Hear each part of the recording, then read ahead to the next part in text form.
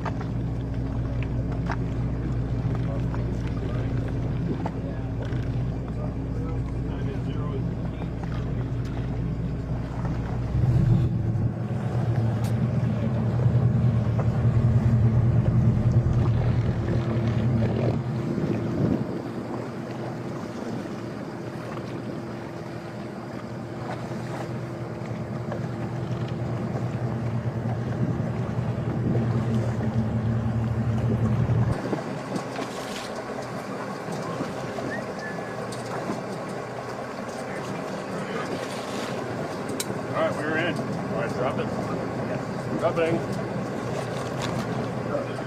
Alright, keep the water fluid.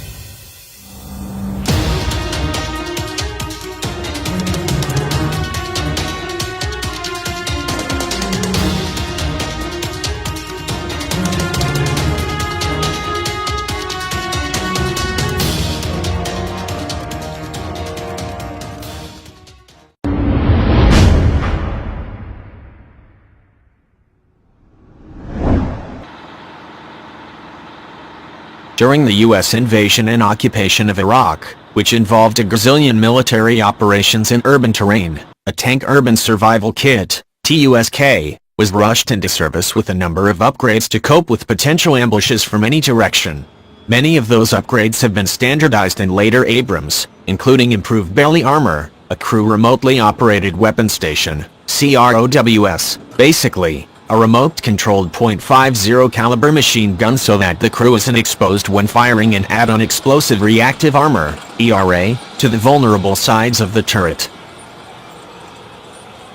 Back in the 1990s, I recall reading Tom Clancy's loving paean to the M1 Abrams, Armored Cav, in which he related that the unkillable tank had never been knocked out by hostile fire.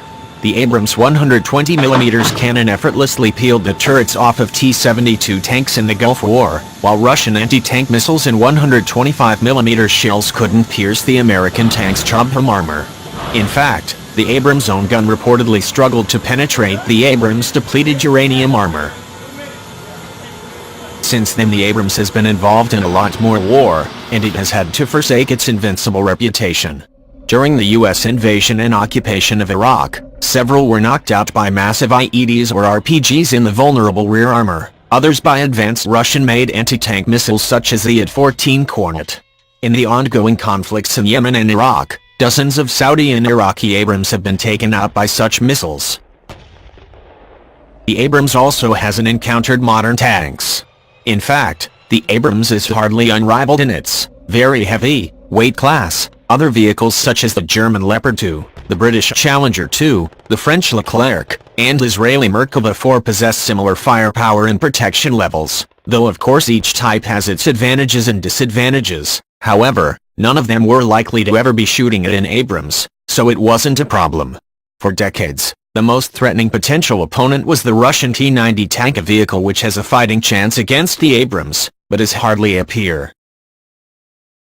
Russia's new T-14 Armata tank finally does present a peer challenge to the Abrams.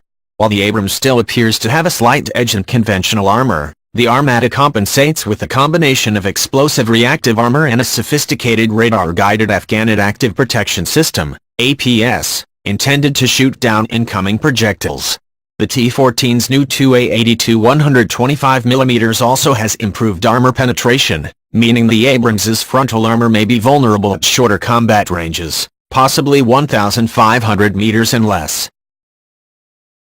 While it's still debatable which is the superior tank, they clearly both are capable of destroying one another. The point is that the Abrams can no longer assume the inferiority of opposing tanks. Another thing they used to say in the 90s was the Army doesn't do cities. During the U.S. invasion and occupation of Iraq, which involved a gazillion military operations in urban terrain, a Tank Urban Survival Kit, TUSK, was rushed into service with a number of upgrades to cope with potential ambushes from any direction. Many of those upgrades have been standardized in later Abrams, including improved belly armor, a crew remotely operated weapon station, CROWS, basically a remote-controlled .50 caliber machine gun so that the crew isn't exposed when firing an add-on explosive reactive armor, ERA, to the vulnerable sides of the turret. The U.S. Army had long eschewed ERA, as it can wound nearby friendly infantry and can get used up. However, it served as a relatively lightweight and inexpensive means of defending the Abrams' vulnerable side armor from concealed enemy rocket-propelled grenade teams. The latest Abrams variant is an upgrade package, the M1A2 SEPV3. Many of its features are practical rather than sexy, upgraded computers, and a new auxiliary power unit, APU, that allows the Abrams to keep its sophisticated systems running while the engine is off, improving the fuel efficiency of the Abrams' notoriously thirsty turbine engines. Maintainability is improved with modular, replaceable cabling. There are some lethality upgrades, notably a data link to connect with new advanced multi-purpose programmable airburst shells.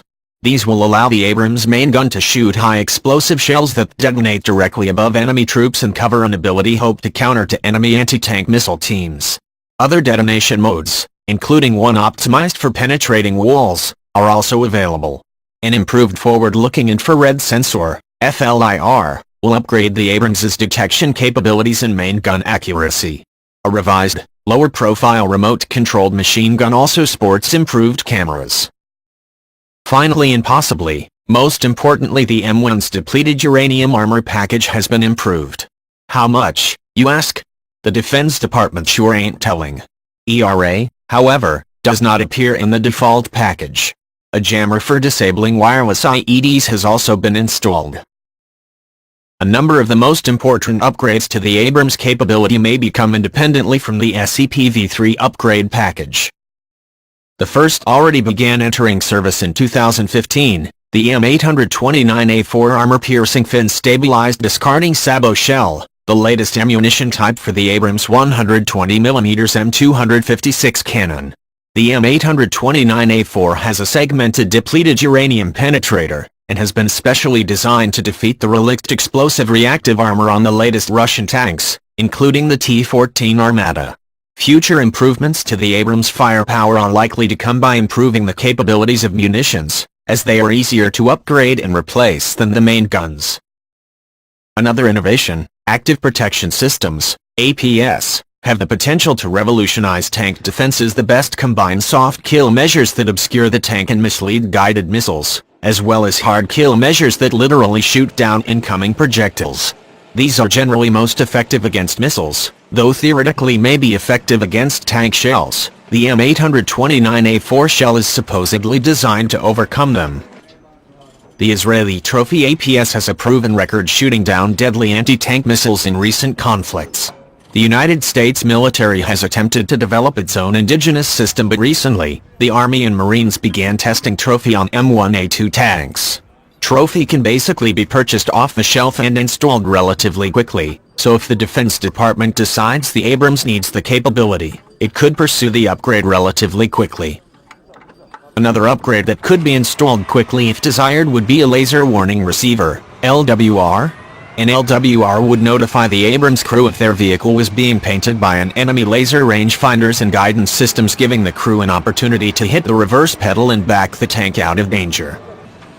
It should be stressed there are no definitive plans to install the latter two technologies in the SEPV3 Abrams. However, they are obvious upgrades that could be implemented quickly and at reasonable cost. The Army is currently planning to develop a more radical upgraded Abrams by 2020, the M1A3. Details are sketchy, but reducing the Abrams' roughly 70-ton weight appears to be one of the priorities. Certainly, weight has limited the ability to deploy the Abrams around the world and restricted which bridges it can cross.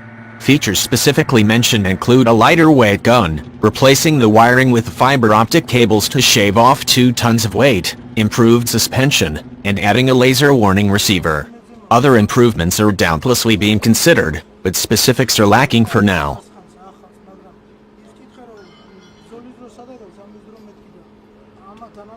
Deflective armor. So for rockets and stuff, you deflect it off. So during battle time, we put those on. Metal or ceramics or... It's depleted uranium. It's waste. Explosive? No, it's not explosive. In our armor is explosive. What C4? What do you guys use? Yes. C4? Same, I think so. Yes. Yeah. And then the rockets. Yes.